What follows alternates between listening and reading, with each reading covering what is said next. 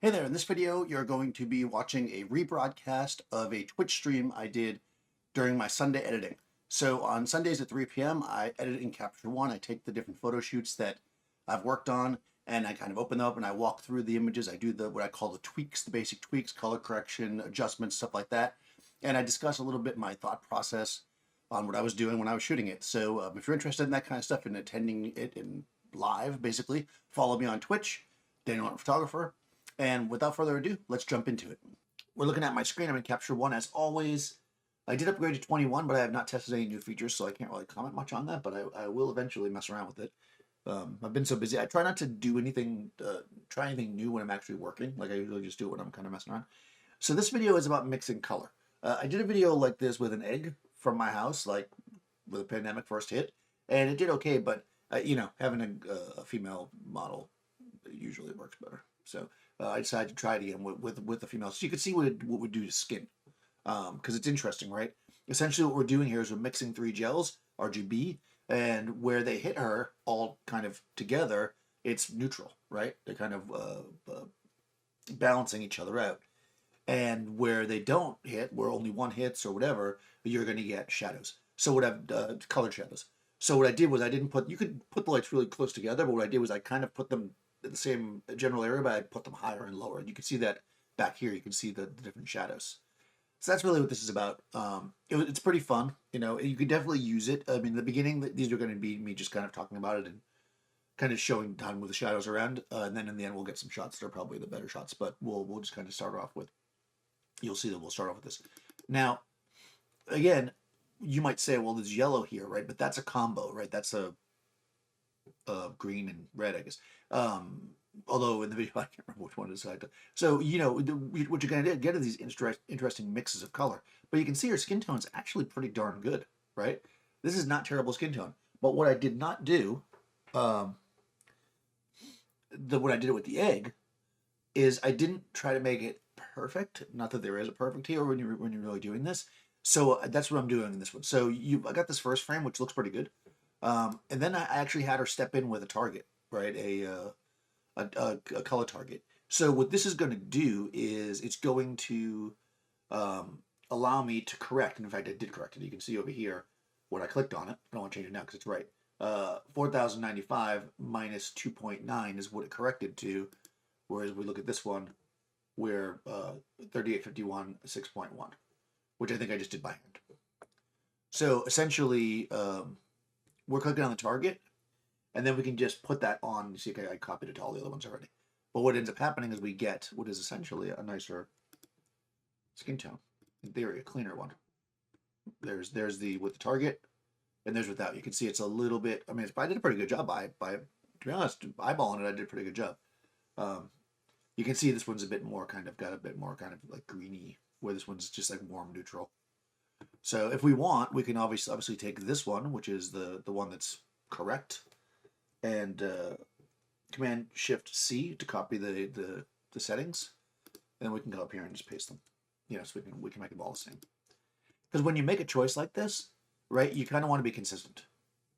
So it's best to not do each one independently and copy and paste at least your color settings. Yeah, it does have like a 3D feel to it, right? The part that I really love, and we didn't focus on this because clearly we're doing a tutorial video, but I love this. Like, if you look at her arm, as the light, this is basically the shadows from her hair.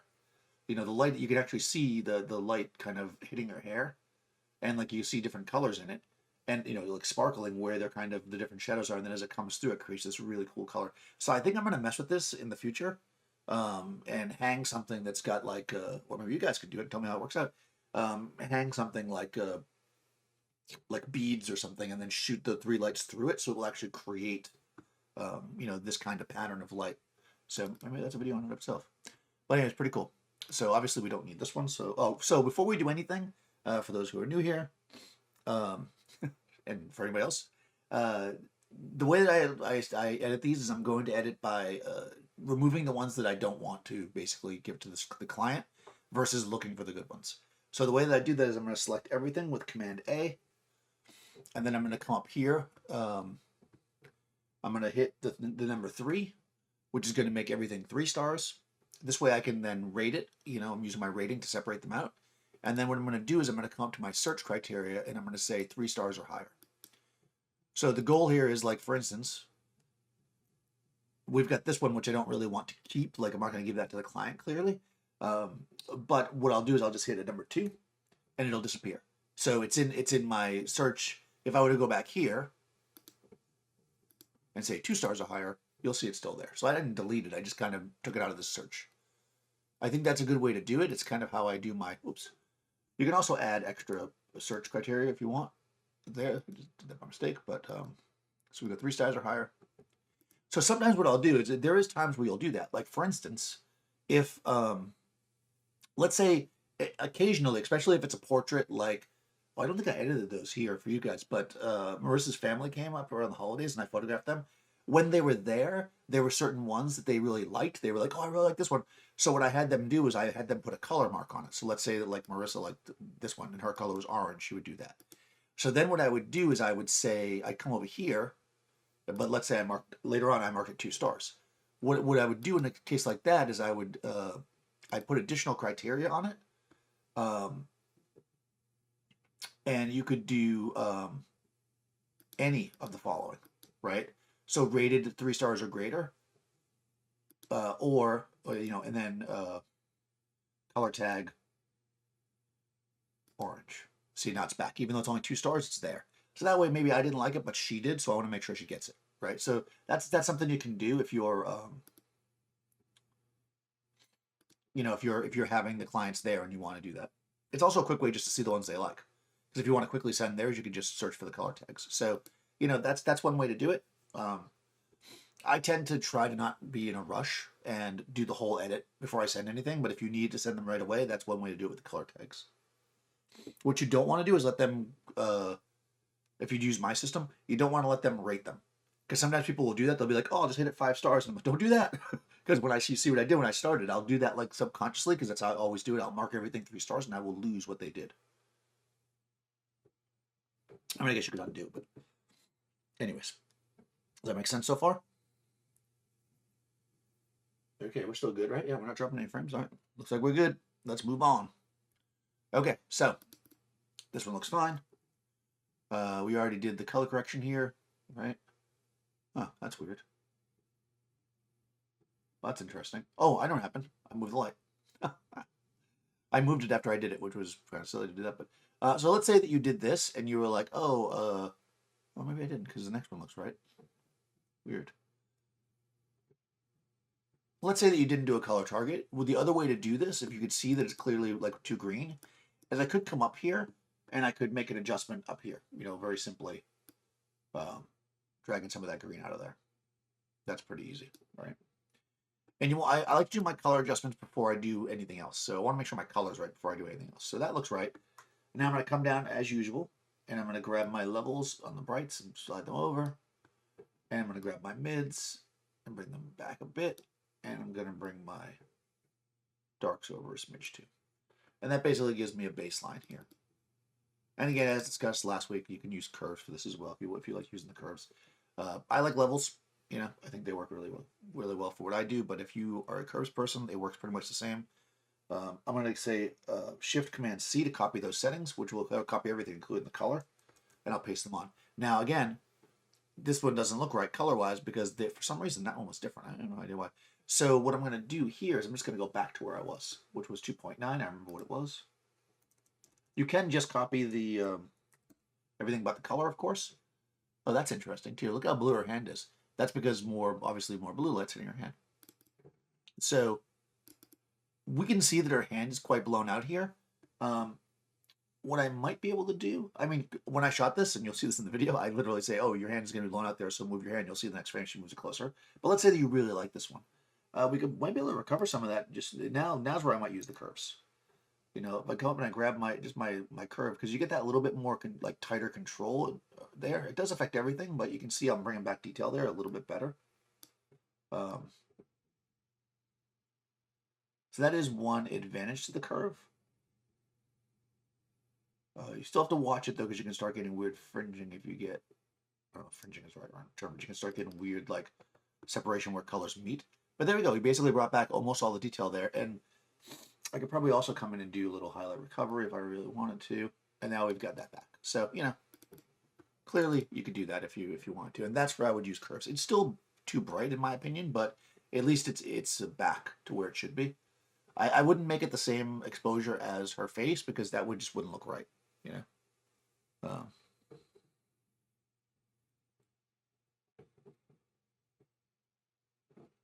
Yeah, that's true. You could set white points and stuff. I never do that though. But yeah, white points is definitely a good way to work. It's just not something that I do. But you can do white and dark points. You can do a lot of things. Again, it's not just generally anything that I do with my work, but that's one of the great things about this software. Is you can, you know, any of these software programs, for Photoshop or this or Lightroom, is you can really, you know, tweak out your image. And again, I call this tweaking. When people ask me, "Oh, are you going to edit or retouch the images?" I always say I don't retouch the images, but I always tweak them. So you know, because your camera and when you're shooting it in the raw file, it's only got like it has all this information in it, but they don't get that if you just give them the raw file if they don't know how to edit it, or if you give them a JPEG, right? That would have been blown out. So you want to do some tweak for the client. So that's good. I'm not going to copy that setting because I see right away that I brought her hand back to a normal space in the next one. And what we end up getting here is, I just pasted the setting from earlier. I want to do that. What we end up getting here, because the hand's closer to her as well, we get a more, you know, a bit more of saturation of the color because it's not as spread out as much, right? We're seeing like the various, we're seeing more color basically, especially here and here, because essentially there's more shadow because her hand's close to her face, you know? The further your hand is, out towards the light source, the less shadow that's going to be on you from it. I mean, that's kind of common sense, right? So this helps as well, not only for the exposure, but just for the idea of getting more saturation on her face. Okay, so once again, I feel like I'm going to, even though I had that white balance card, I feel like that I'm going to just adjust this to I to get it where I want. Now, because very little of her like actual face skin is exposed, I could look to try to make the hand feel more natural, but I don't want her face to get weird. So I am still using this like skin here as my baseline. Like I'm letting the hand get a little bit like magenta, but I feel like having her face more natural is better for me because obviously, well, you'll see in a second, her hand's going to move around. So I want to make sure I get a decent, hey, double click. Did I do a video? Yes, this Tuesday, this video will go live. So you guys are getting a preview. So set your clock for Tuesday, 10 a.m. Eastern time. This is basically, this is my next onset video. Interesting. Oh, I double tapped there. And we can see by where she puts her hand that she gets different color on her face. And of course, you could change the shadow on the background too. I left a nice wide shot here so that we could see everything going on. But, you know, of course, if you were shooting this, you could very easily, I could have framed it up like, you know, like super tight if I wanted to. Yeah, like I could have, you know, if you were shooting this, I could have cropped it in, you know, and just, not that this is necessarily a great crop, but, you know, just to get you the idea. You know, you could have just shot her face and not get all the shadow in there if that's what you want. I mean, I literally just, I left all the space for the video because clearly we want to show it. Although I kind of like all the shadow. I mean, that's just something I like. Off topic. Judge rules National Park rule on filming unconstitutional. It happened in January. Just. Okay. Yeah, I saw that. I mean, I have mixed emotions about that. I mean, I think that I believe that the thing that they weren't allowing you to film was with drones. And you know, people have dropped drones into, you know, people are, unfortunately, I mean, I have a drone. And I see people, drones do messed up, stupid things. And I get why they I mean, that's what caused it. I don't know if it's all photography. I'm actually not sure. I can't imagine that all photography and vid filming is, I mean, commercial maybe is illegal in national parks. That would be, I mean, so I'm not actually sure. I don't follow that, but that is interesting. So I just hope that it doesn't open up this reign where people will just start, you know, trashing places because they can. That's always the fear. You hope that people would have like common sense, but as I say, common sense is not that common. So I am actually just pasting the settings on each one of these, and basically there's not much. Hold on a second. I'm going to come in here and tweak it again, actually. I think I just wanted to check this.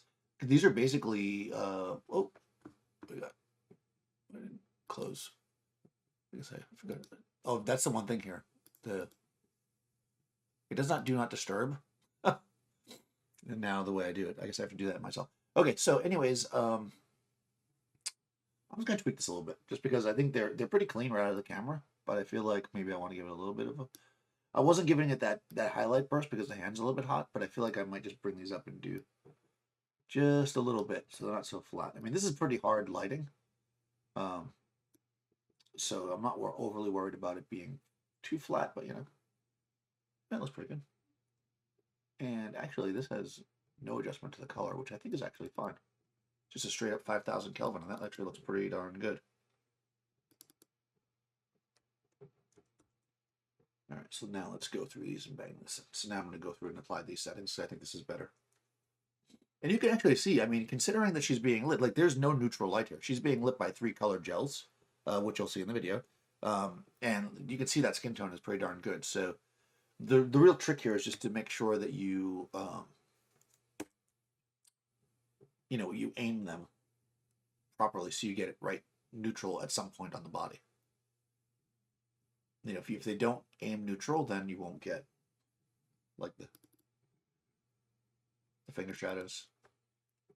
But that image itself is not that great. Or is that one? All right. Yeah. Again, a lot of these we're just kind of playing around. I know that she liked a lot of these, so I'm kind of not being overly aggressive on the removal. Again, here I think the hand got a little too far away. So once again, I'm just gonna. I mean, you could do it a bunch of different ways. Let me try. Let's try a highlight recovery. Again, it's not blown out. It's just like a little bit brighter than I'd like it to be. Yeah, that would work. Or again, I can come into the curves and do it.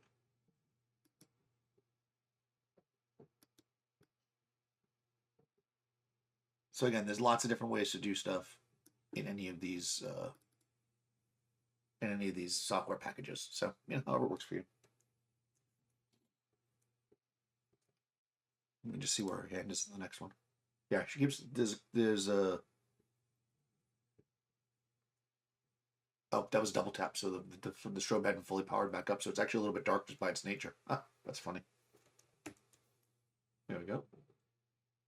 All right, so same thing. I'm gonna have to come. Actually, I'm gonna go up here and copy these settings. Where I fixed the hand. There we go. Okay.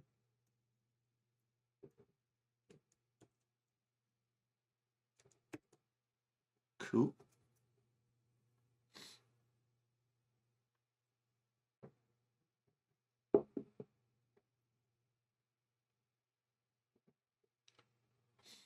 Oh, thanks, Nina Portrait. But not the drones. Oh.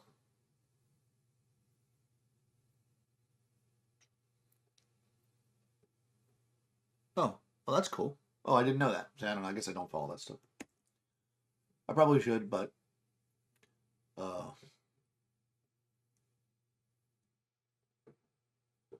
that is interesting, though. I mean, generally, parks, I mean, I know that in New York, because these are national parks, but in New York, most parks will allow you to shoot, but they do have rulings, or rules, I should say. So you know, like for instance, if they're using a tripod, it would really depend on where you were in the park. You might not be able to do that. Although I've never heard of anybody getting fined, I'm sure they could fine you. I mean, from that, I mean, I'm sure people can get fined. Generally, they just tell you to move along.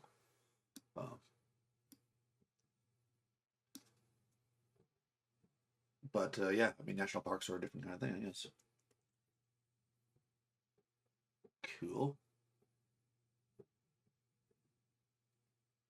Yeah, these are good.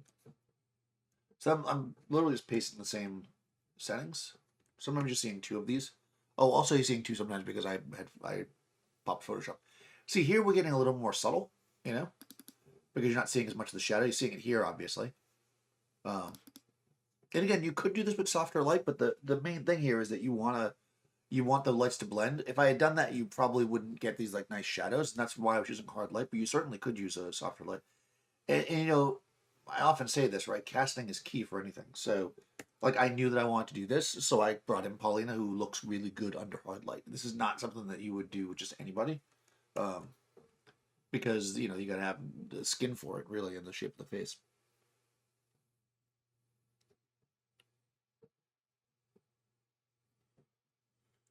Let's see. What did you tell the model about this shoot? Well, yeah. So what we did was, you know, I told her, I said, this is going to create, you know, colored shadows, and then we shot a handful. Let me go back to the beginning. So we shot. I mean, you'll see when we shoot it, obviously, but you know, I just took a picture to show her basically what I was going to do, and then I was like, wherever you're going to put a shadow, you're gonna see color, and then she was like, oh, what would happen if I put my hand up? And then you know, I showed her like, here you go, you got it on your arm here, you know, and then she was like, oh, and then she put, you know, I said, put your hand up in front of you, and then she did it, and then we looked at that one, and then I said, put it closer to you, and then once she got a feeling for how it worked, a lot of times I would just say to her, oh, cover one light more than the other, or lift the light up so it's blocking this, and you know, you just kind of give her freedom to kind of move around. You know, I think at this point I was just like, oh, do some kind of normal stuff, you know, that you would normally do. I mean, you know,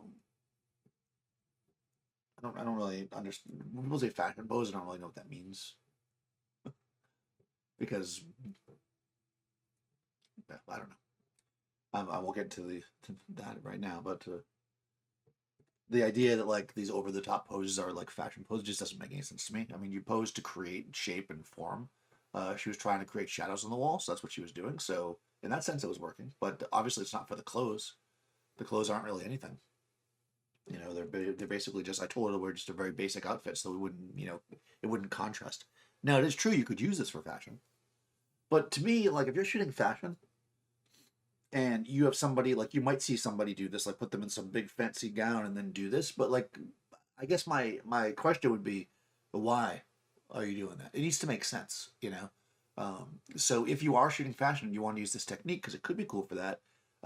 You want to make sure that there's a reason why you're doing it. Like, what is the reason for using this technique with those clothes, right? Because that's what it's about, right? What are you trying to create? What is the story that you're trying to create? Here, I was catching her. She's looking at the screen, so she's clearly looking at the computer.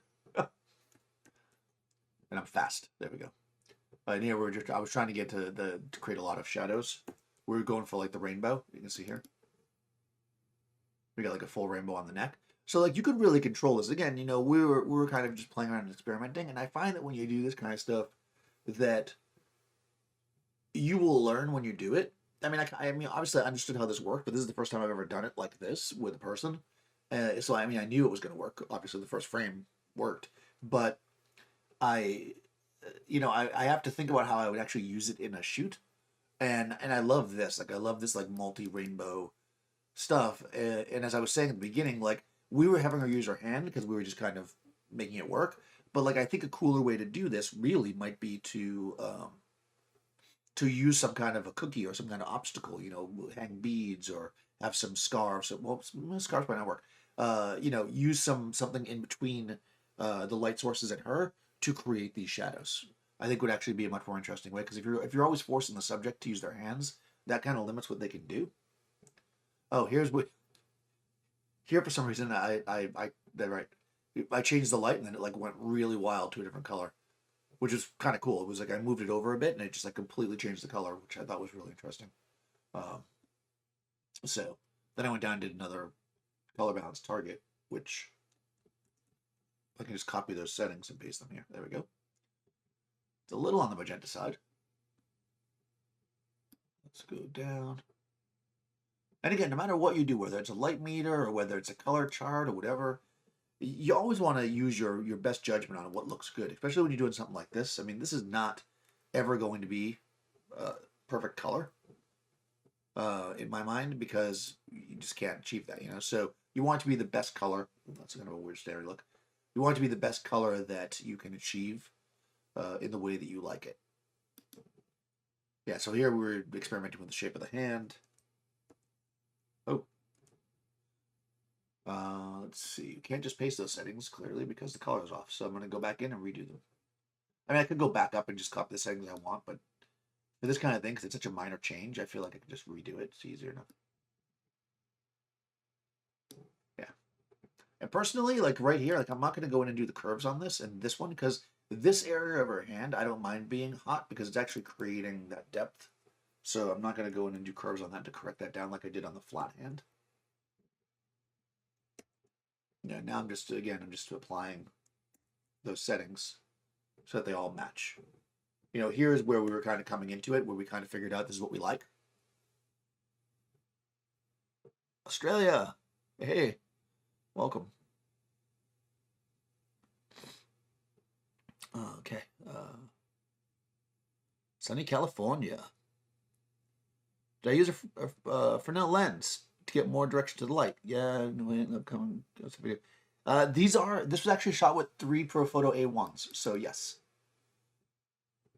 1, 2, and I guess 1's being blocked. You can't see it in that eye. But this is 3 A1s, so yes, they were Fresnel lenses. Hungry for sherbet. Too young to remember sherbet. I mean, they still make sherbet, don't they?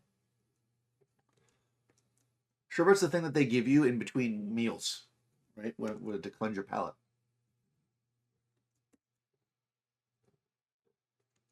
And here we had another weird color shift. But I remember when I was shooting this that she liked how warm it got, so I'm not going to fix it. Oh, looks like I fixed it there. Oh, I see. There's Photoshop. Again, I opened some of them in Photoshop.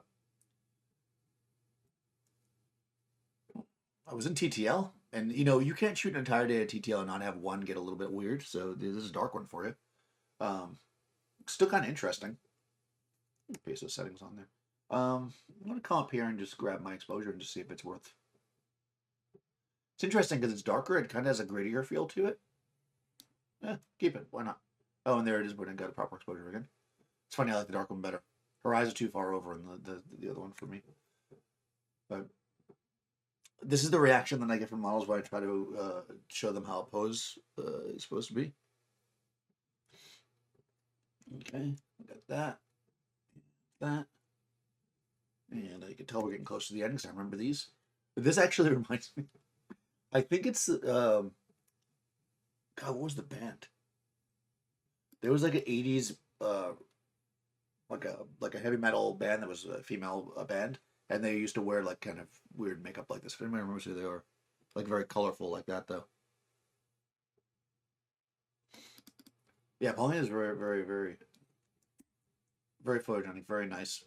Okay, and then so this part of the this part of the edit is going to be we were like, so I did this and it was really cool, and I was like, oh, I want to do one other thing, and I'm like, what can I do that's interesting? So we just started just like kind of putting different gels on lights and just taking pictures to kind of see how they worked out. You know, that's one of the things you if you can, whenever you're working with somebody or doing a shoot, if you have time, because we finished, we got the shot we wanted, just play with stuff, you know, just see what you can create. You know, I was like, what would happen if we went super saturated on the blue? And okay, it's blue. I don't typically like this shot, but whatever. Then here I washed it in with a neutral light, so now it's like got this kind of bluish tone, but it's not blue per se. This is like a softbox. You won't see this in the video because we didn't do any of this. This was all me just testing. You know, this is just an average shot of nothing, but you know, she might like it, so I'll keep it.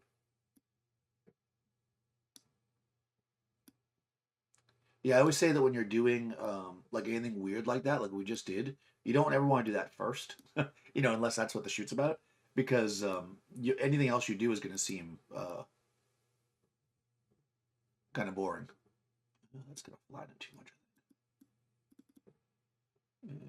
I'll leave the curves. Okay, so I'm just gonna use the tweak the exposure a bit. Yeah, and then I'll come back this way. So here I'm just kind of using my levels and my exposure like I normally do. Like I said, I don't particularly like to use the curves unless there's a very specific thing because they're just not how I like to work in Capture One, but they do work for lots of stuff. Like I see in here, I'm just messing around with different colors. So you'll just see here, like, no color, color. I think that's actually just those clean stroke, maybe, and then that's both. That's probably what it is. Yeah. So it's got this, like, kind of tone to it.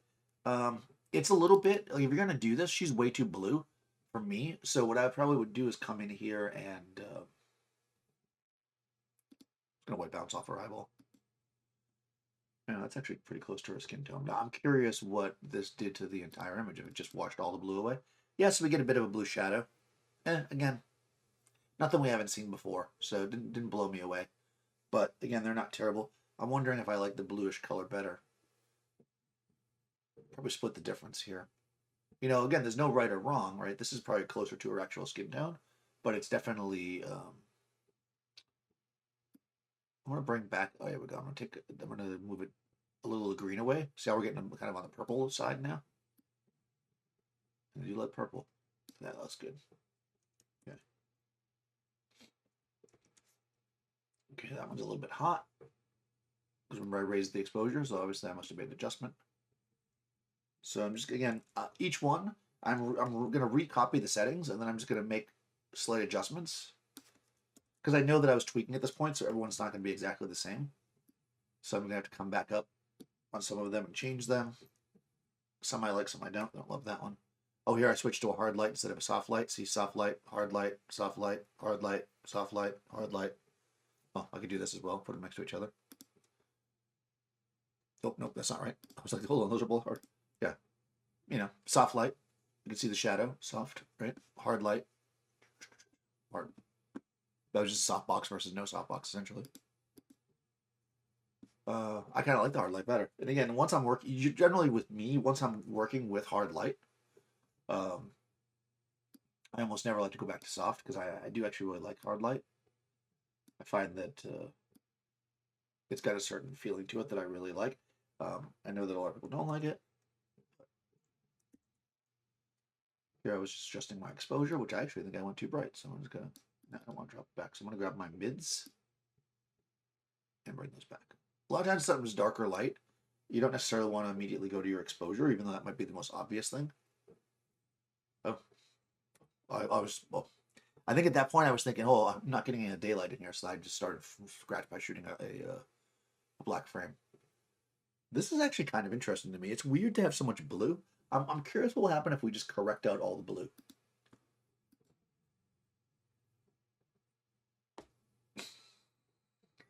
Nothing. It's garbage. That's so funny. That just shows you how much power you have shooting digitally. I mean, if people were from the film days, like, that would have been a completely lost cause if you had done that by mistake. Like, that is absolutely insane, like how easy it is to just go boop and it's gone. God, it's so easy.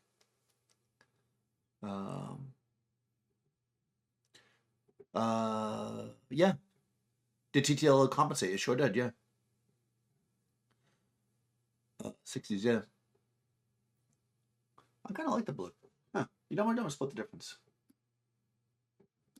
We'll make it like a tealy color. And then what I'm going to do is I'm going to come over here and I'm going to actually, no, I'm going to leave my mids where they are. I'm going to grab my lights. This is actually kind of unusual for me. Like, I don't normally like figure out what I want to do in post, but since we were just experimenting anyways, it's kind of interesting. Yeah, we'll keep it. Why not? Oh, back to our purple. This I don't really like the expression, so I'll kill that one. Okay, so I think at this point we were like, all right, we gotta change up what we're doing. So then I just shot a clean shot, which nobody cares about a clean shot at this point. Here I've got. Oh, that's not what I want to do. Oh, that's interesting. Ah, okay. Yeah, here I've got a neutral, right? A neutral soft light actually. Here, and then I've got a hard light here, which is why you get this hard shadow as a fill. And I know, and the reason that I know that, I mean, I know it's a hard light because I can see this, right? But the reason why I know that this side is where the hard light is, I mean, I know it's a hard and soft light, is because I also know that the softbox is going to be, well, I can see it in her eye clearly, but also, if you couldn't see that, the softbox itself is going to be, remember that your highlights are a reflection of your source, right? So this box is reflecting here, and we can see how that spreads out. So that's how I know it's my bigger source. Whereas we can see these reflections here are all the reflection of the small light source right there. And this side of our face barely sees the large light source. That's why we're getting like more specular highlight on this side, which I don't care. I mean, I don't care. I don't mind. I don't care. Yeah, and then I'm just, this is just a matter of balancing it. What I ended up not liking here, because I know we didn't use this, was I didn't really care for the shadow under her chin. And I could have gotten rid of it by lowering the light source, but I just didn't feel like it was working anyways. I moved it to the side. I didn't really care for that. Yeah, here we are kind of mixing red and green. Yeah, oh, red and green, look, whatever. Then we went all red, which isn't terrible. So I think I'll keep this one. Tweak this guy a little bit. So I'm just giving a little tweak to it. I like that it's bright here. I'm not blown out, so I'm good. If you felt like it was a little bit much, again, you could go either highlight correction or you could do curves. Yeah, easy enough. And you can see here I've got green backlight instead of on her skin, because I don't really like green on somebody's skin usually. I mean, every once in a while I'll do it. And then, of course, I was like, I'm not really a fan of the green. So then I switched to purple. And then I was like, well, purple and red. I don't think that was really working for me. Yeah, so then I switched and I went to more of like an ambery color, which is what this part ends up being. This ends up being in the video. So what we did here was we basically used purple and like an ambery orange on her hair. You can actually see it right there. It's a straw gel to create basically a nice contrast. So you can kind of see the process, right? It's like I was kind of just playing around with color to see what I might want to do. And then what we decided on was that it was nicer to kind of just have a touch of it here instead of just so much of it in her face. Let's see. Telltale source by just looking. Yeah, it takes a while. Yeah, I'm not a big fan of green on the skin. I almost never ever do it, but every once in a while. Like if I do, I always fall back into just the silly like Incredible Hulk. I actually really like this. We were just doing some lighting tests, but I like that she's got kind of like a natural smile here. But I can see the shadow of my C-stand from the other light. So I'm just going to go in here and crop this one. Oh, I guess I have.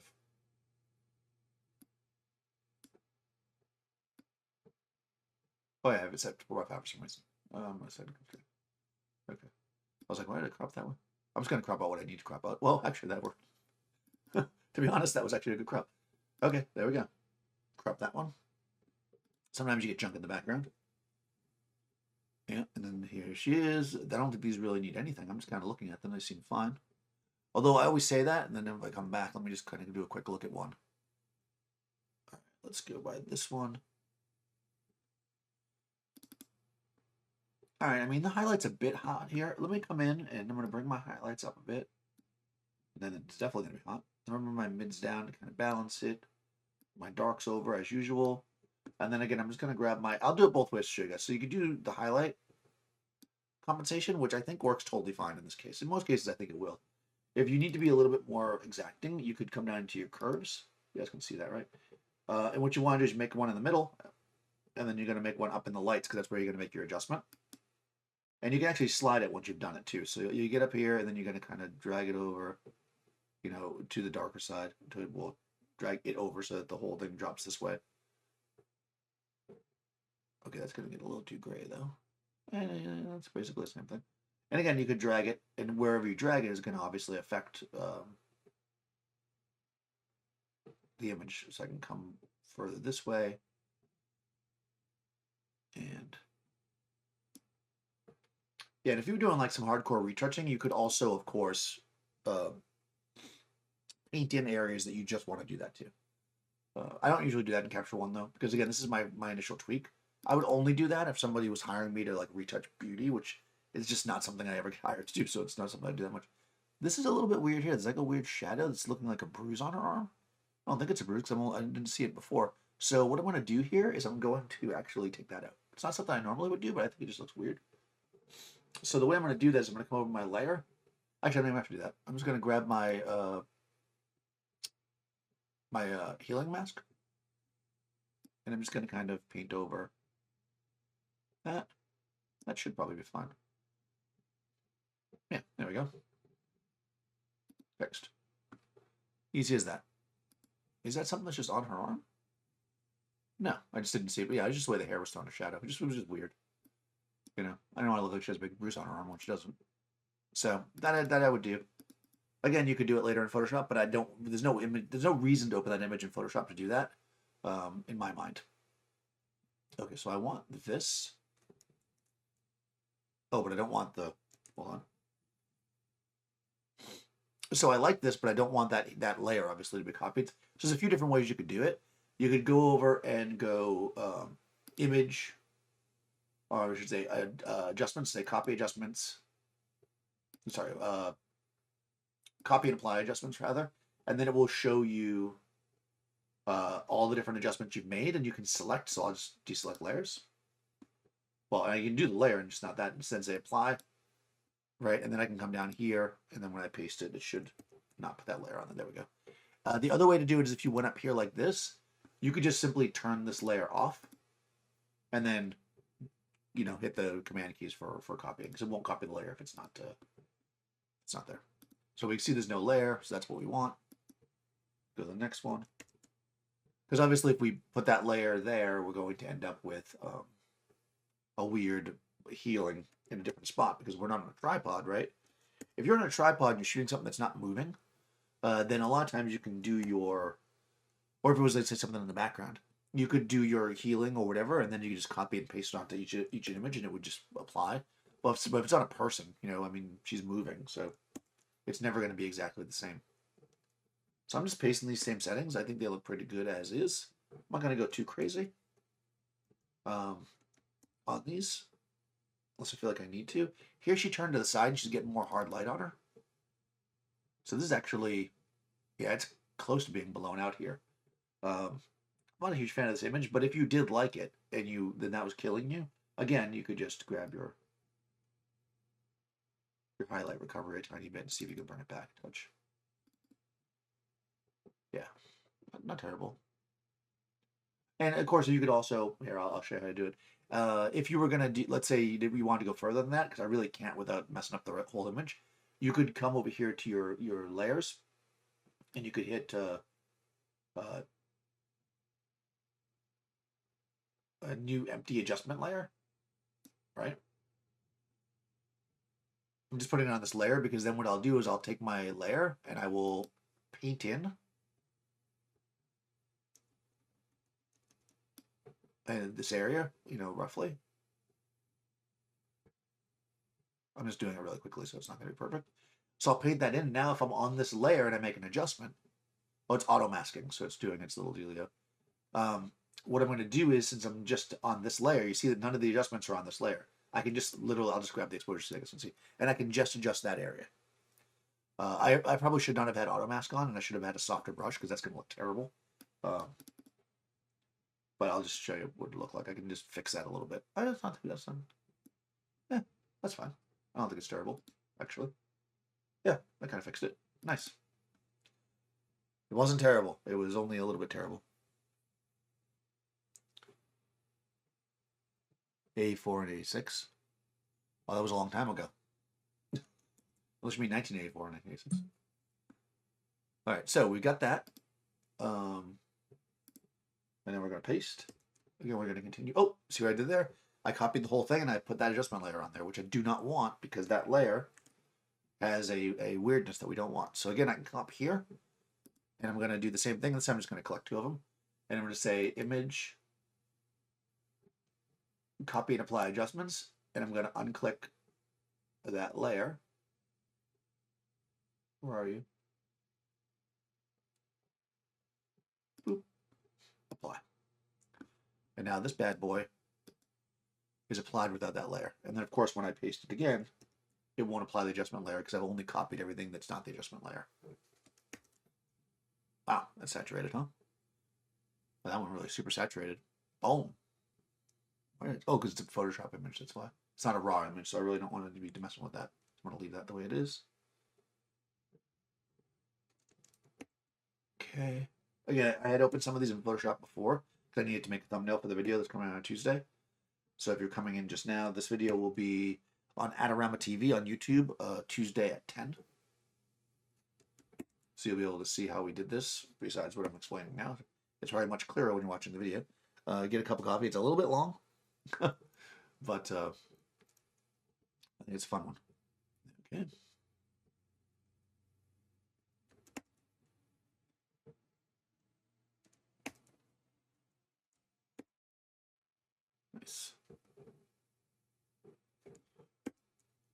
I'm not in love with these ones where too much light hits the front of her face, so I'm going to get rid of those. Oh, that was the last one.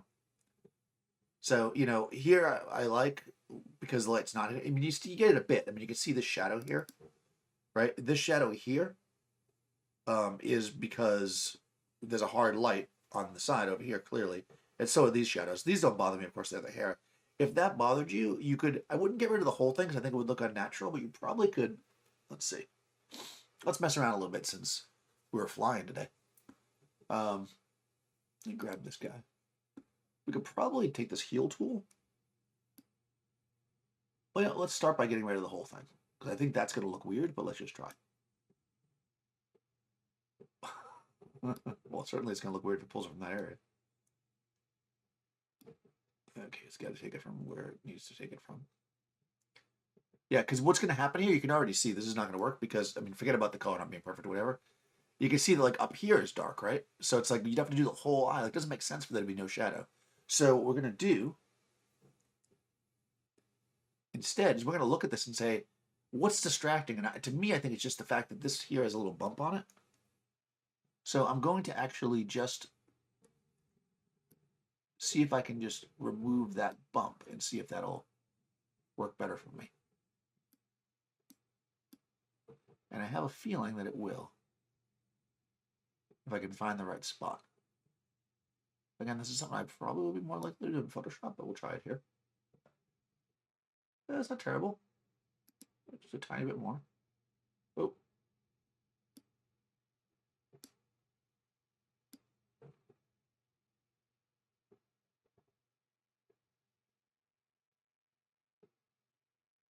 Yeah, I think I did a little too much there. Huh. Okay. That's not terrible. Again, I would probably do it in Photoshop. Like, I feel like this right here needs to be corrected too.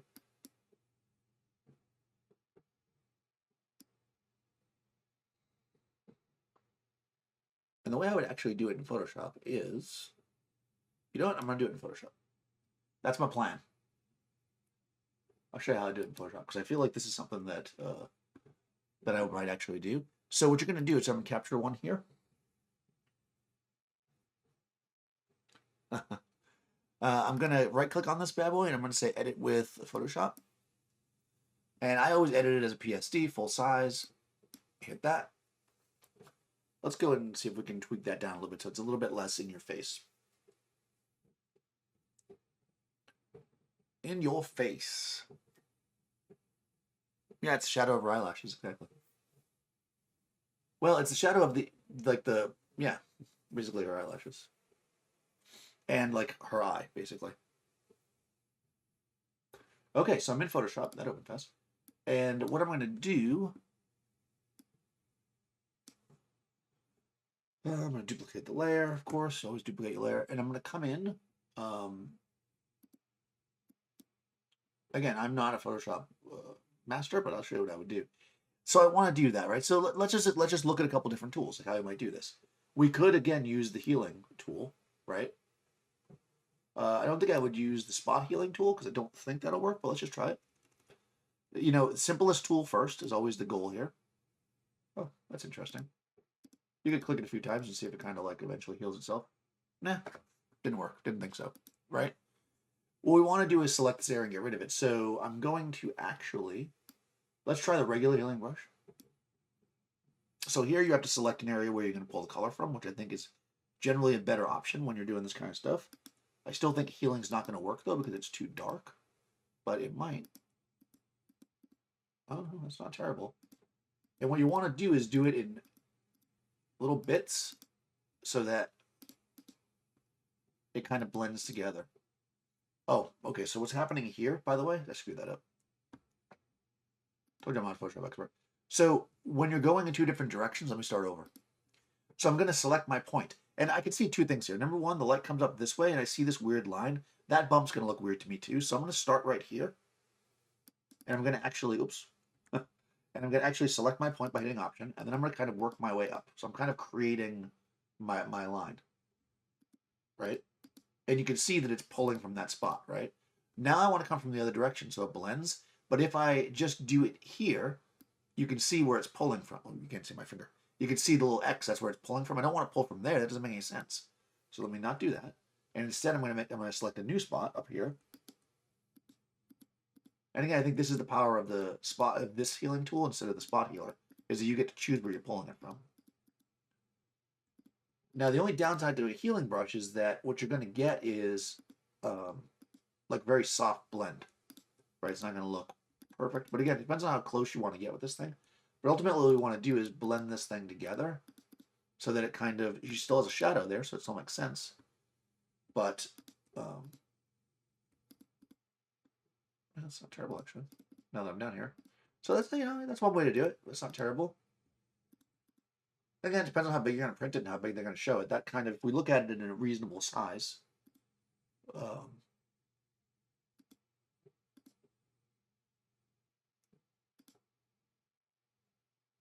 you know, she's never looking at it bigger than that. And honestly, that's really big. And you can't see that it's not blended properly. So to me, that works. Like, that'd be totally fine as a quick edit for somebody.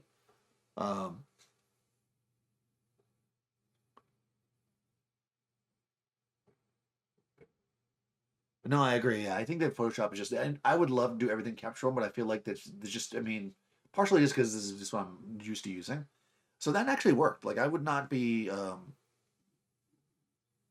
remiss to send this to her. But the other way that you could do this is just to talk about that idea of you can do things a lot of different ways. I just turned that layer off so you can't see it, and I just made a new one. The other way that you could do it is you could also do it with the rubber stamp. And I know that people don't use the rubber stamp so much anymore. It's become out of fashion, but that's what we used to only have. The rubber stamp was like one of the main tools. So they don't call it rubber stamp anymore. They call it a clone tool, right? So clone stamp. You could take your clone stamp as well, right? And we could take this, and what we want to do is same kind of thing, except we're just going to make sure that you're not I'm at 100%. You don't want to do that. I mean, if we do that, you know, actually that doesn't look too bad.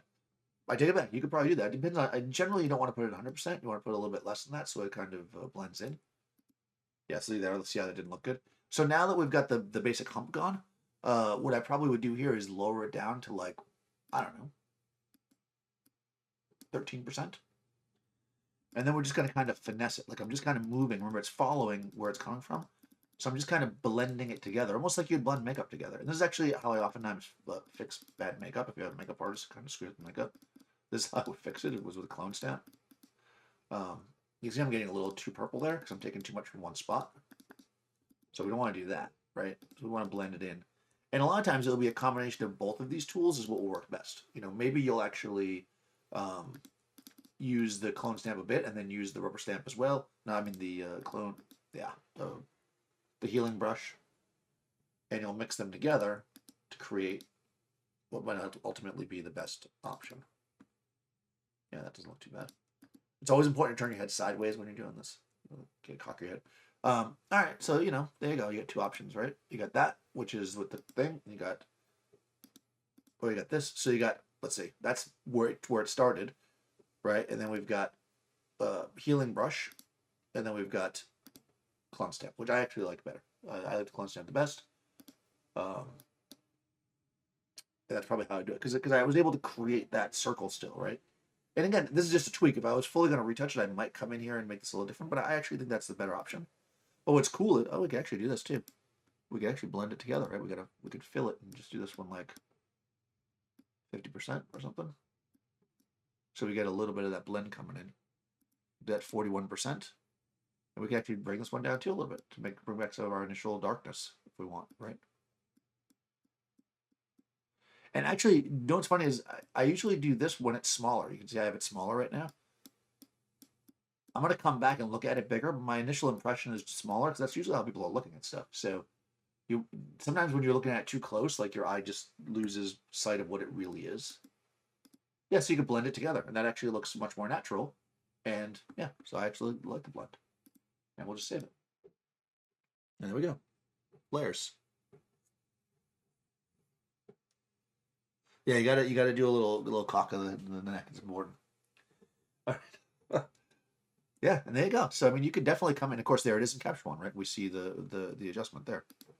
There's the original one, and there's the new one. right? So now in this case, if I did do something like this, so I don't confuse myself, I'll click on the original. I'll make that one 2 stars, right? And now I have that Photoshop one as my main image. Cool. All right, we're still doing good here, right? I haven't dropped any frames. I don't know. Should we do another one? You guys want to do another one? We could probably do. I need to do the live stream that I did with Marissa as well before she starts asking me. Wow, I kept a lot there. 98 images. Do another quick overview here. I'm going to click all of these and hit 4 stars, and I'm just going to kind of go through this quickly. Let me know if you guys want to do one more. All right, so now that I've seen them all, I can make some judgment calls. So this one is not that interesting to me now that I've seen the rest, right? So I'm going to hit 3 here. I'm not hitting 2. I'm going to hit 3 because remember, I made everything 4 stars. I'm going to adjust this to 4 stars or higher. And then I'm going to hit 3 on the ones that I don't think are blowing me away here. Like, again, the hand forward, I really wasn't a huge fan of, but I kept it at first because we were just starting, right? Back is better. Oh, there's 2 versions of that. That one's better. Yeah. I like the colors on the face, but I'm not sure I love her expression. That one I like better. There's 2 of those as well, so we'll get rid of that. This is just nothing. That's pretty cool. There's 2 of those. That's pretty cool. In fact, I might even come in here. Again, we left a lot of space because we were making the video. I want to show everything, but these I might actually come in and do a little crop action. Because I think they'll be more powerful. Obviously, we don't need to see all of her body like that, right? Possibly even something like that. Make these horizontal. Yeah, that's probably good. I don't want to do this because I feel like there's really no need to show her pants. And I don't want to crop at her belly because I think that's weird, so I'll come up to where the line ends. Yeah, there we go. That's kind of cool, right? Look at that one. Yeah, again, not blowing me away. Not blowing me away. Keeping in mind that, I mean, I've shot with Paulina a whole bunch, so I have a lot of just kind of regular good shots of her, so we really want something cool here. But I also know certain things that she likes, so I want to make sure that she has enough content. So I'll keep that. I'll keep that. That one I really like. Those 2 of those, actually. 2 of those as well. Yeah, I like that. I'm not a huge fan of the shadow under her. I love all the extra shadow with her hands, though. Those are really fun to make. Again, here we're trying to show a lot, so I left a lot of space, but I feel like there's too much space. So I'm just going to come in and do a quick crop.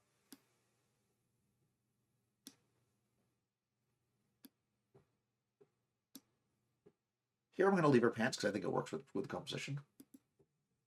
You know, so it's not really a hard, fast rule there. It just kind of comes down to each image to see which one you actually like. All right, so this is actually, I'm going to copy that setting because a couple of these are going to need that same crop. Because again, you can copy the crop. Here, like I said, she was looking at the computer screen, and I think it's pretty obvious, so I'll get rid of those. That one I like better. I know I remember she liked that one. I'll get rid of this one then. This one I like. That I like a lot. The ones with the close hands are definitely the better ones for me. Like, I feel like they definitely have the most power. But even the simpler ones, like that one's okay. This one's better. Oh, better. I remember, like I said, I remember she liked that one, so I'm going to keep that one. I kind of like that darker one. I always leave a good little laugh in there. I like the light in her eyes there. I like that one a lot, as I said before. Okay. Nah. Nah. There's something about that one I kind of like. I like that her elbow's cut off, I think. Not loving that one. I like that one with the eye. No. I like the eye contact there. I like that she's ignoring me. This one I'm not in love with. That I like the weird teal. It says, this is bothering me. Now that I'm looking at it, I think I'm just going to crop it out. Again, you could fix that with a clone or whatever if you need the space, but I feel like a crop is probably going to work here. Since this is a test, I'm not restricted that I have to deliver a certain format. I'll crop whenever I can versus having to take something out and post it. Yeah, I like the darker one better, to be honest, but I think that's good. This is good. I like that. That one I like. I'm not a huge fan of the green on her, but no, I don't like it. That one I like. This one I definitely like. Again, now I'm going to see that shadow over her eyelashes in every shot, but it's fine. We're not going to touch it. Take out everyone. That's a good one. That one I don't love. That one's good. No. No. I like that one. I like that one. Oh, interesting. Well, one of these is a Photoshop file. That's why. Yeah. So this one I like. I'm not in love with that. I said that before. I just showed that for an example. That one's okay. But, you know, it's so similar to this one, and I like that one better. But, again, she might like this one, the top one, better, because she looks like she's ripped in her arm. She's got a really good muscle tone there. I'll keep that one. That's kind of cool. The palm of her hand is a shadow. She likes to play with her hair like that. That's a very Paulina move. Okay. Oh, smiling. Better. I like that. I like that. Oh, there's two of these. Her hand's getting a little big there, but I think it's okay. That one's fine. Well, that's the one we just retouched. So yeah, I was gonna say, so it's that versus that. Yeah. Okay. There we go. So I just chopped down 40 of them. I cut it in half. So now we're only looking at what are the best. All right, teaching Marissa. We actually did that, and I need to edit it. So yes, it's going well actually. We shot it one way, and then we didn't like it, so we reshot. We did it again, which was fine because she had forgotten everything. No, I'm just kidding. Yeah, we just redid it. We did it a different way because I had one plan,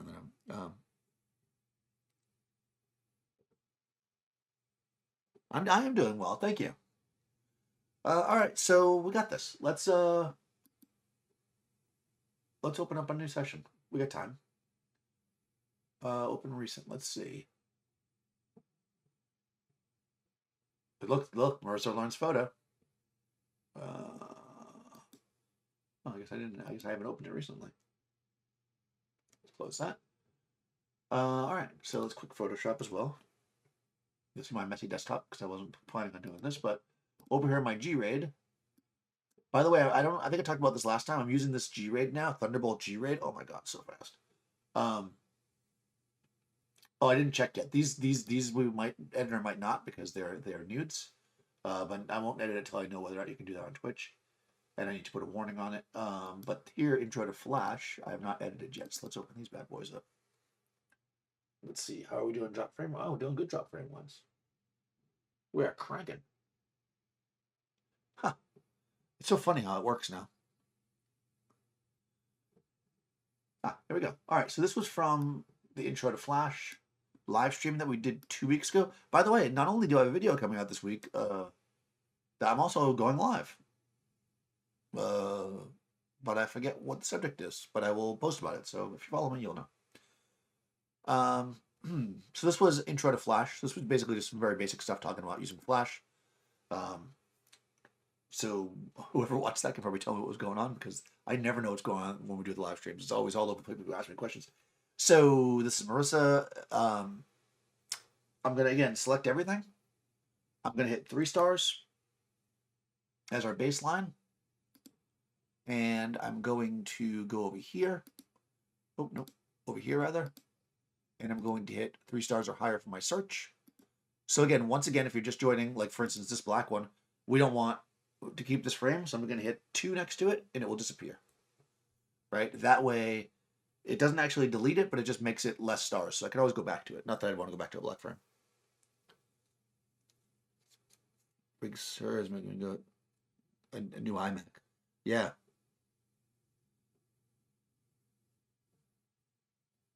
Oh, interesting. From France. Hey. Oh man, I would love to go back to France. I can't wait until this spin. I was planning on going to Europe this summer. Well, maybe in 2021. We'll see. We will see. Oh man. Although I gain weight every time I go to France because I eat way too much bread. There's something about the bread that I mean, I know there's lots of great food, but the bread, anyways. Yeah, I don't know. They're Thunderbolt, and this is Thunderbolt, and they're not even a solid state, but man, fat compared to the Drobo, which is USB 3.2 or whatever it is. I should have got the Thunderbolt Drobos, but anyways. In any case, it's much faster. And I have to use less wires because my monitor is Thunderbolt, so I actually go from 1 wire Thunderbolt to my drive and then to the monitor. So that actually works out really well.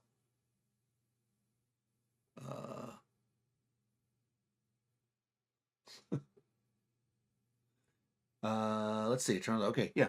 I mean, I've seen a lot of people. So I was looking. I am not a computer person, but people are talking about the new iMac. No, not iMac. Mac Mini, because they're very inexpensive and they're like apparently really fast. But what makes it what looks interesting to me is that they have Thunderbolt, like I said, and that's I'm learning the Thunderbolt is so fast. So I hope that by the time I switch everything to Thunderbolt, that Apple doesn't change their mind and stop doing Thunderbolt, which is probably what will happen. Okay, so this is just a test. Obviously, I don't know what's going on here. Oh, 15th of a second f4. So this was me shooting with the light in the room, just to see, I guess, what the light was in the room and what's going on there. But that's clearly not a good shot. So we'll hit that. I don't know why what happened. Oh, I think we turned something off. I don't know what's happening there. So here we are using flash. Yeah, it's it's an on-camera flash.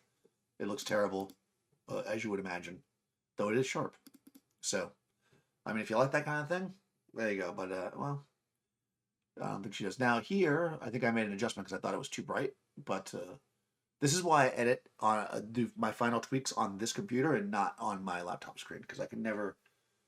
When I'm in my studio, because I'm in a daylight studio, it's hard to really judge the color. If I'm doing a catalog or something, because people ask me this all the time. If I am shooting a catalog or something in my studio, I actually build. This is so funny. I build a little room, if you will, out of V-flats, and I put the computer in the room with the digital tech, and then that way they're in this like darkened on some level space with consistent light. So that's actually how I do that. So and of course they do a color calibrator or whatever. But when I'm just doing videos like live streams, I don't set all that up because I don't have a digital tech. I'm gonna keep that one though. This one I think is too dark, so we'll get rid of that. This one, I don't know what was going on there. Oh, we switched to a softbox. Looks like we did. No, I bounced it. This is so. By the way, this is a thing, right? And this happens sometimes. If you've got like a little dome on top of your flash, which I did, I'm sure when I did this, and you take a bounce card and you like hold it and you bounce it off the flash, you can create like a softer light, right? But if you have a dome on top, what you're actually going to get is you see there's two shadows here. That's because, and I probably didn't say this when I was doing this live. That's because the dome is. I'm going to blow up more than 100% so you guys can see. There we go. The dome is actually creating its own. I mean, you can see it's a square there because obviously I'm huge. But you see how there's two light sources in our eyes.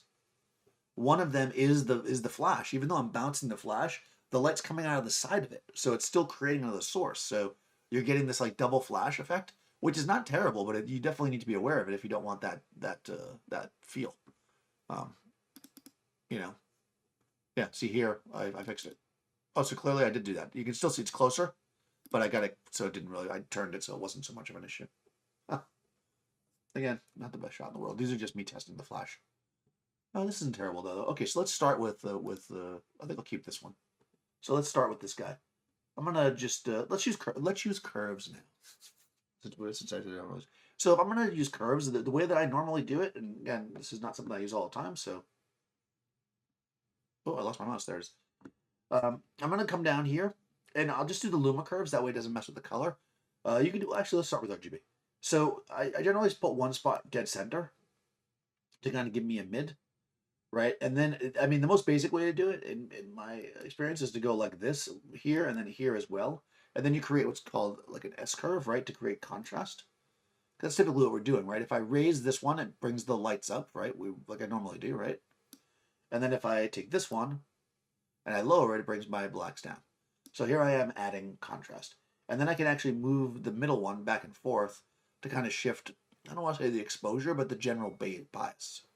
Either up to make it brighter or down to make it darker. And that's essentially the same thing as you're kind of doing when I do it up here. It's a similar process, right? What's kind of cool about this, though, again, that was pointed out, is that you can actually do a Luma curve instead, and then it won't mess with the color, so you won't get the color change. But I actually think the color change is nice, because when you saturate something, if it's too much, then obviously you can switch to Luma curve, but obviously you can do other ones. Like I did the RGB, I can also do a Luma curve, right? So let's say I like where it's at, but the brights are still too much or the darks aren't enough. I can come in and I can do a second curve, where let's say just for the brights. See how I'm flattening them out? That looks like garbage, but you see how I'm doing it. I'm just doing it to show you. Put it back. Yeah, I mean, I like the way it looks, but that's just what it would look like. And you can combine things, right? I could still come in here and I could go, oh, you know, I want my darks a little darker, and I can pull the levels over. It's not like you can only do one thing. I primarily do my editing with my levels just because that's how I like to do them. But you most certainly can do it in all the various different, and maybe it's a good idea to do that. This is also a little on the cool side because I had my white balance set at 5,000 and I'm using flash, which is generally a a cooler type of flat source. So I might drag this over a bit, not all the way, because flash is generally around like 6,000. But if I would just set it at flash, look at how warm she gets. I know that Mercer's not that warm, believe me. So I'm gonna roll down and just give her a little bit. I'm gonna give her like that looks good to me. Yeah, that looks like proper skin tone without her eyeballs going all yellow. And I've got good contrast, but it doesn't look like blown out or overly black. So now I'm going to hit Shift Command C to copy those settings, and I'll move down to the next image and I will apply them. Right, and if they look good, then I'm good to go. In this case, this image looks a little dark still. So again, a lot of things I could do. Maybe I'll grab my curve and I'll just shift it up. There we go. Right, copy those settings. I'm always going to copy the settings whenever I make a change if I'm keeping things consistent. See, here we're changing the light a lot. So, like, unlike the other setting where you saw me just like moving down, the other shoot, I should say, where I was just moving it down, pasting, moving down, pasting, moving down, pasting, it was working. In this one, I'm in the middle of a live demo and I'm changing things, right? You can clearly see the light's different here. So, the same settings don't work. So, I'm not going to do that. And instead, I'm going to reset this guy by hitting Command R. And I'm going to start from scratch. This is very flat, so I want to add some contrast. And again, if I'm using my curves, let me do it with just the Luma Curve. Just going to show you guys. Again, I always do the same thing when I'm using curves as my primary. I'm going to make this basic S curve. And again, this is good for the type of stuff that I shoot. It isn't for everything. You have to kind of decide.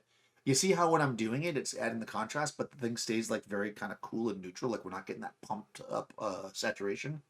That's because I'm using the Luma only, so it's only adjusting the light dark, which definitely does create a certain look to it, right? I'm not sure I like that, so I'm not going to do that. So let's use the Rgb curve because that's the one that I prefer to use. So again, I'm just going to make my S curve. And the thing is, like, I usually adjust the top and the bottom, but you can also just grab the middle. I mean, you can do it like that. And that also works, right? You can do that first, and then you can be like, okay, well, I want to go a little lighter here. And I'm going to bring this guy over up here. And you're just adjusting to taste. Like I'm watching right here when I'm doing the tops, I'm watching the highlights. Look at her forehead going up and down. Right? I want it to be bright, but I don't want that, right? That'll look garbage. That'll look like garbage. I want it to be bright, but not losing detail. That's pretty good. Right? And we're getting like a nice, doesn't look like an S at all, but it's more like a C curve, I guess. I want this bright, right? There should be a shine here. This is the T zone, as I call it. So I want that. Yeah, that's good. The whole thing still seems a bit dark. So I'm actually going to go up to my levels now and just drift the mids over a bit. And then I'm going to bring my darks over. And that's how I like it.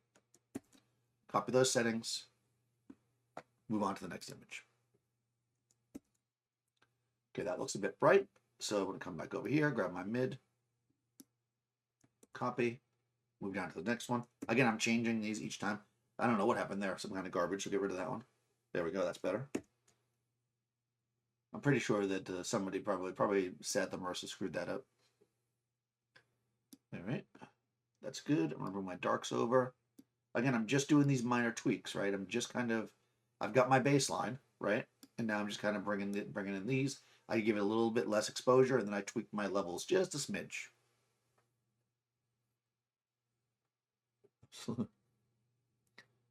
Uh-oh.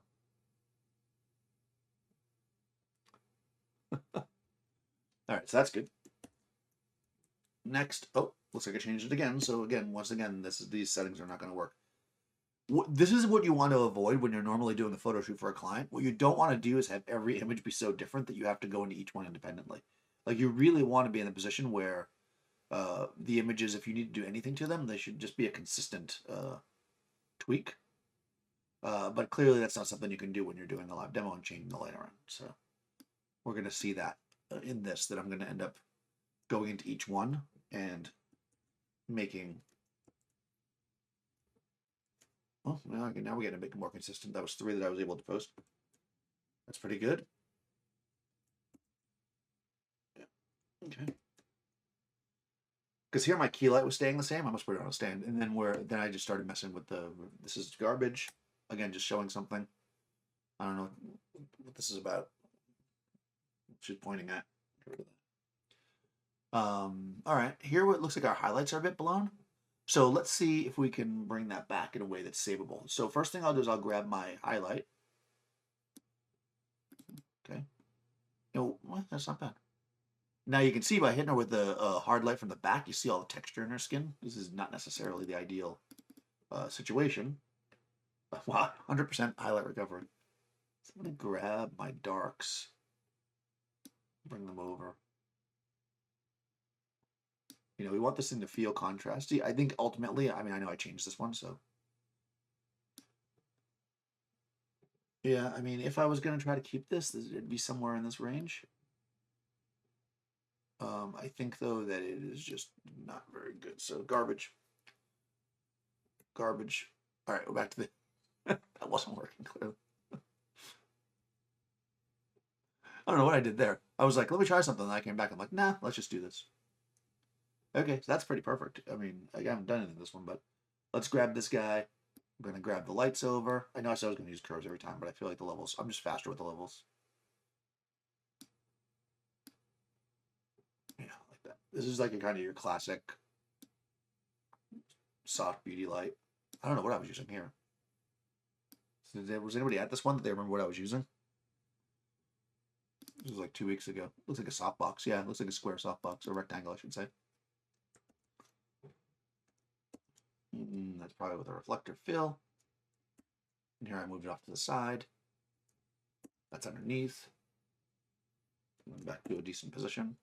Again, I'm just posting the same settings. Huh. That's got a lot of fill going on. Oh yeah. There she is holding the fill card. You know, I don't hate that, but clearly I don't want the fill card in the shot. So I'm just going to drag this over. Actually, I might as well just do this. Let's make it a vertical. Oh, there we go. All right. Good. Well, I guess it must have been light in the background on the other one then. Yeah, clearly. That's how dark the background is when it's not being lit.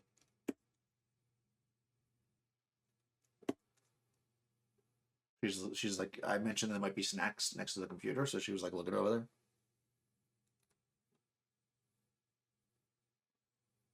Yep. And then she saw there wasn't snacks, so clearly she made that face. That's the lack of snack face. Blink. Copying those settings. Pasting them. Pasting them. No. No. We'll keep that. I tend to keep the silly ones with Marissa because she likes those. There might be a secret Instagram that she has that she posts the crazy pictures on.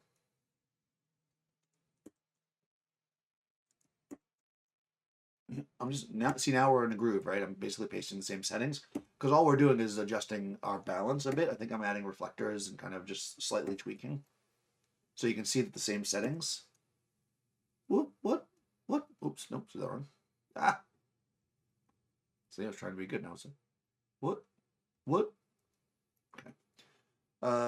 Garbage. There we go. Okay, this whole thing looks a little bit light. I don't know if it's the outfit or just the way her hair's pulled back or whatever, but she's looking very Star Trek in these, right? No? This is a very Star Trek outfit for Marissa. Maybe I'm wrong. I mean, yeah, no, definitely.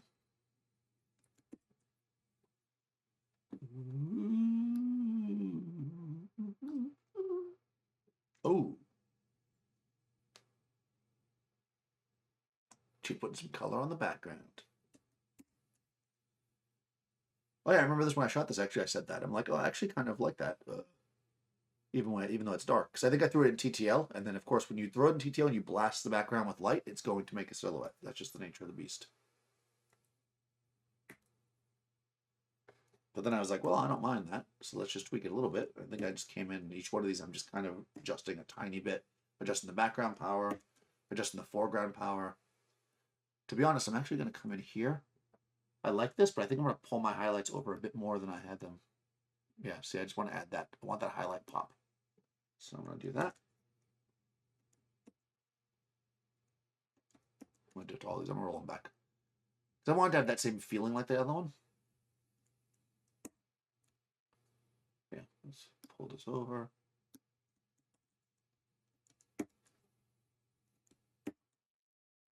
Okay. Again, I'm just pulling it over when need be. Oh. Man, what happened there? It's like we're on a roll, and then all of a sudden it's like, what happened there? Sorry, it's medicine. Or V in blue. Like V, like with the lizard people. I could see that actually. She's very much a lizard person. All right, we're gonna start from scratch with this bad boy. We'll slide this over. Again, I'm sliding over. I'm gonna dance my midtones around to get them where I want, and then I'll grab the darks and pull them over. There we go. Easy as that. Oop. Oh. Okay. Interesting. I don't know why I did that. I think I was trying to reestablish my front exposure, so I turned off the rear for a second. You know, when you're trying to get this like kind of darkish feel, it can sometimes be tricky. So to have when you have both lights going, especially if you're using TTL, which I was, so oftentimes it's good to turn one off and adjust. There, I just dropped the midtones down a little bit. See, as the background's getting darker, now that highlight, you know, the brightness of her face was a bit much with those settings I have. So I'm just gonna dial it back a bit. You know, because ultimately what I was going for here is I want the same general tone on the background and on her, right? So when I'm doing a bright background, well, I did it a bunch of times, huh? Why was I doing it so many times? What was I doing that I was doing that so many times, guys? I don't know what was going on. Okay. All right, so I'm just going to readjust this guy.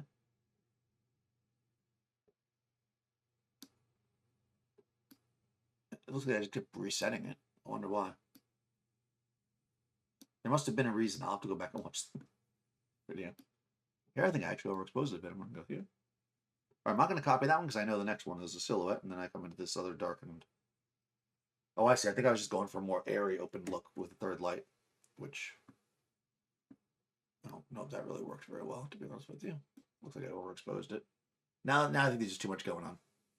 To me, I actually really liked the you know, this vibe. I guess there are 3 lights there. It's just very subtle. So I added the extra light there. You can see it reflecting. Or maybe that was just a reflector. I think I added the light.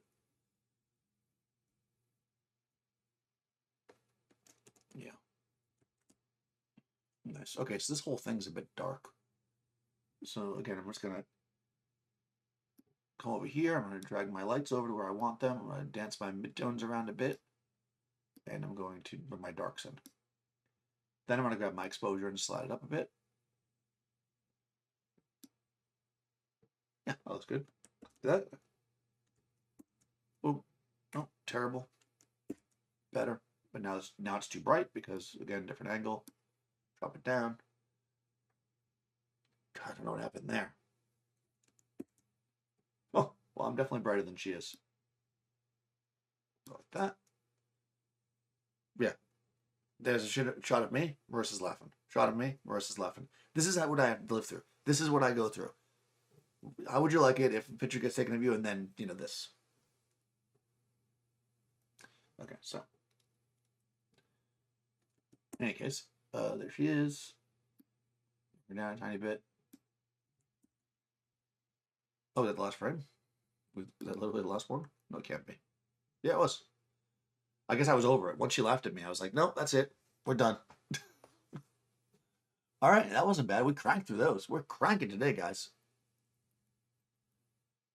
Yeah, I'm kind of digging these like darker, kind of warm to blue vibe dealios. Don't hate it. Don't hate it. All right, good. I have not been dropping frames. You guys are here. I am Daniel. If you don't know that yet, and you're watching for some reason, you have me on the background with the Super Bowl going. Yeah. So thanks for hanging out, guys. I'm going to export these and send them to the victims, models, so they can have them. Be sure to tune into Adorama TV on Tuesday at 10 a.m. Or if you follow me on social, I'll post there when the video with Paulina goes live, so you guys can see how we make those color shadows. I recommend getting a coffee first because it is going to be a long one, because we spend a lot of time kind of really going through it and showing like how it works out. So thanks, guys. I will be back next Sunday. I've got some. Well, I have possibly like an art shoot that I did with my friend Erlan, if it's allowed on Twitch, and if not, I have another shoot with an an actress / model named Zoe, who I've worked with a couple times now. So thanks for watching, guys. Okay, well, I hope you like that. If so, again, join me on Twitch on Sundays. Just go to Daniel Norton Photographer. If you follow me on other social, I'm generally putting links up, but it's usually 3 p.m. on Sundays, and you can join the chat, get part of the conversation, and I'll see you there.